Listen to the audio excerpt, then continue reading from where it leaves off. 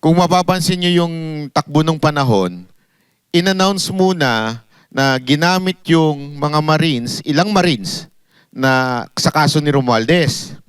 Pagkatapos, biglang nag-announce si BBM na kasuhan na si Romualdez. Tapos ilang araw, bumaligtad yung mga Marines. Tapos ngayon, sinasabi, kahapon lang, kagabi, sinasabi ni Auntie Claire na nahihirapan daw kasuhan dahil dun sa Marines. So parang planado yung nangyari. To the point na ngayon, they have justification na wag nang matuloy yung kaso kasi nga dahil nakasalalay lang dito sa Marines. What do you think of this? That's exactly what I said. Ano, itong disenyo, this is orchestrated, ito ang plano sa tingin ko ng yung pagtatahi-tahi ng mga kaganapan na ito. Kasi ang bottom line, eventually nakinabang si Romualdez dito. Kung ano man ang sabihin ni Boying Remulla, that's not material anymore. The fact of the matter is, bumaliktad yung apat na Marines, ngayon siya, pinapakita niya na ang suspetsya niya si Romualdez. So sa pagsususpecha niya na to, si Romualdez pa rin ang nakikinabang. So I think that this is an elaborate story. Ano kunya, parang ang ganda ng pagkakasulat ng telenovela na ito. Attorney, mas maganda nga yung nangyayari ngayon dahil nakikita ng taong bayan kung sino yung umaalsa at nagagalit kay VP Sara Duterte.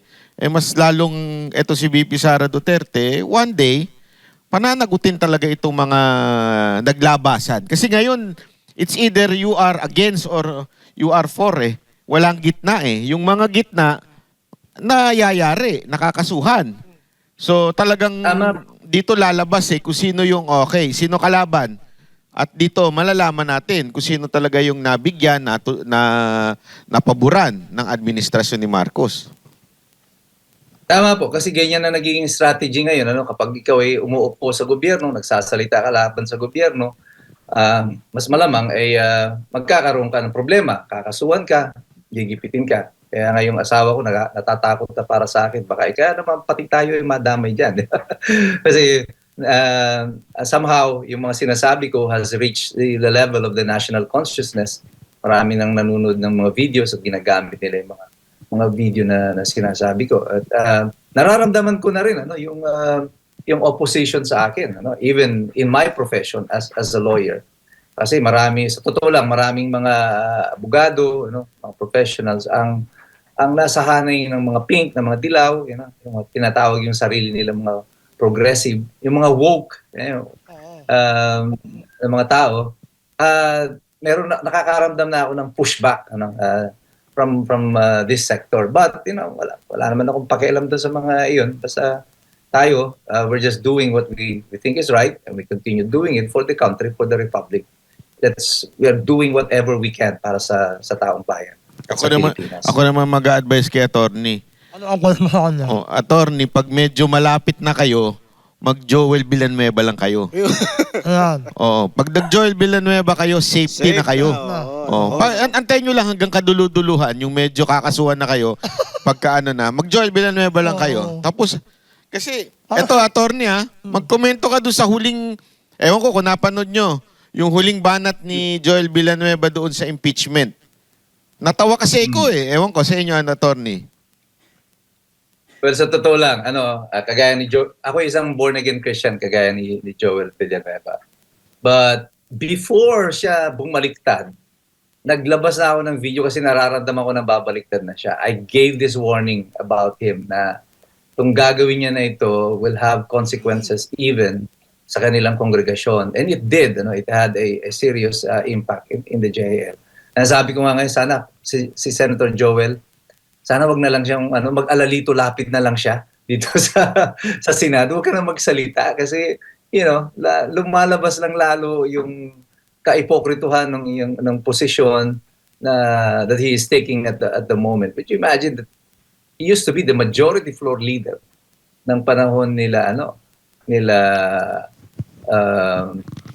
ni Senator Alan Peter Cayetano, and also with Jesus Cordero.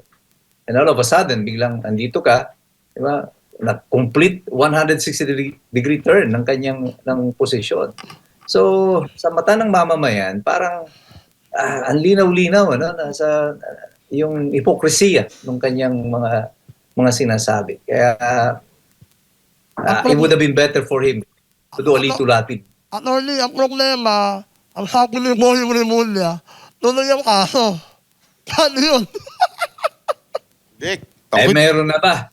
Yun, Tuloy yun, lang ang yun. tanong. Hindi, ano lang yun. Ano? si Marcos nga, sinabi niya, kakasuhan si Romualdez eh. Oh. Naunahan pa, mukhang makakasuhan pa sila Robin eh. Yun nga eh. Una pa, no? Kaya Oo. naman na yun. Exactly. Before the SONA, the Wednesday, week prior to the SONA, sinabi ko na yan, na ang prediction ko, pagdating ng Friday, magsasampa kunwari ng kaso ang ombudsman. And exactly on the day that I said, nagsampa nga ng kaso yung ombudsman. Pero sa ombudsman lang, hindi pa ito nakarating sa Sandigan Bayan. Ay ilang buwan pa yan o ilang taon pa yan dyan sa uupo sa ombudsman. Malamang magtatagal yan. With this, what happened to yung apat na bumaliktad sa mga Marines? May repercussion yan sa kaso ni Romualdez kasi yung affidavit ng mga Marines na to ginamit dun sa kaso laban kay Romualdez. So syempre hihina yung kaso laban kay Romualdez. Ngayon, nagsasalita si Boying Remulla, sinisisi niya pakana daw ito ni Romualdez. But I think that is also beneficial to Romualdez na nagsasalita ng ganyan si Boying kasi nag-iimbestiga pa sila sa ombudsman about kay Romualdez tapos nagdedeklara na siya ng ganyan. Pwedeng sabihin ng kampo ngayon ni Boying na may violation na ng right to due process ni Romualdez because hindi na impartial judge itong si Boying Remulla. Is this orchestrated? Nakadesenyo ba ito? Sinasadya ba ito ni Boying? Kung whatever it may be, the fact of the matter is this is being beneficial. Nakikinabang dito sa Romualdez. Pag nakinabang si Romualdez, nakikinabang si Marcos. Pati kasi yung mga apat na yan na Marino ay nagtestigo din na kasama si Marcos sa mga dinideliveran ng pera. So pag nakinabang si Romualdez sa storya na mali ang testimonya ng apat na Marino, makikinabang din si Presidente Marcos tungkol dyan. Attorney, ako nga, ibang ganito yung basa ko dyan eh. Kung mapapansin nyo yung takbo ng panahon, in-announce muna na ginamit yung mga Marines, ilang Marines, na sa kaso ni Romualdez. Pagkatapos, biglang nag-announce si BBM na kasuhan na si Romualdez. Tapos ilang araw, bumaligtad yung mga Marines. Tapos ngayon, sinasabi, kahapon lang, kagabi, sinasabi ni Auntie Claire na nahihirapan daw kasuhan dahil dun sa Marines. So parang planado yung nangyari to the point na ngayon they have justification na wag nang matuloy yung kaso kasi nga dahil nakasalalay lang dito sa Marines. What do you think of this? That's exactly what I said. Itong disenyo, this is orchestrated, ito ang plano sa tingin ko ng yung pagtatahi-tahi ng mga kaganapan na ito. Kasi ang bottom line, eventually nakinabang si Romualdez dito. Kung ano man ang sabihin ni Boying Remulla, that's not material anymore. The fact of the matter is, bumaliktad yung apat na Marines, ngayon siya, pinapakita niya na ang suspetsya niya si Romualdez. So sa pagsususpetsya niya na to, si Romualdez pa rin ang nakikinabang. So I think that this is an elaborate story. Parang ang ganda ng pagkakasulat ng telenovela na ito. Pero sa mata ng mga observers, gaya ni Banat, ni Banat Bay, at saka ako, at marami pang mga tao, parang huling-huli natin, teka lang, napanood ko na to sa parang eksakto ito doon sa mga teleserye na nakikita natin. So, I think wala silang masyadong nauuto dito sa sitwasyon na ito because bandang dulo nito, feeling ko, walang kaso si Romualdez. Walang kaso si BBM. Di ba? Pero attorney sa RTC, di ba, ang judge pwede siyang, hindi ko alam kung anong tawag na term doon, pwedeng hindi, kasi ganun nangyari sa kaso ko eh. May isang judge na kinwestiyon namin dahil may kinaugnayan siya, di umano, doon sa nagkaso sa akin. So, nag-ano siya, anong tawag doon? Inhibit. Nag-inhibit siya. Dito ba sa pagkakataon nito, kung patunayan ni Romualdez na merong pagkiling na kaagad si Ombudsman Remulla, pwede siya mag-inhibit? Eh, di ba isa lang ang ombudsman? Paano yun? Wala na. Ito na yun. Kaya nga, the buck stops at the ombudsman.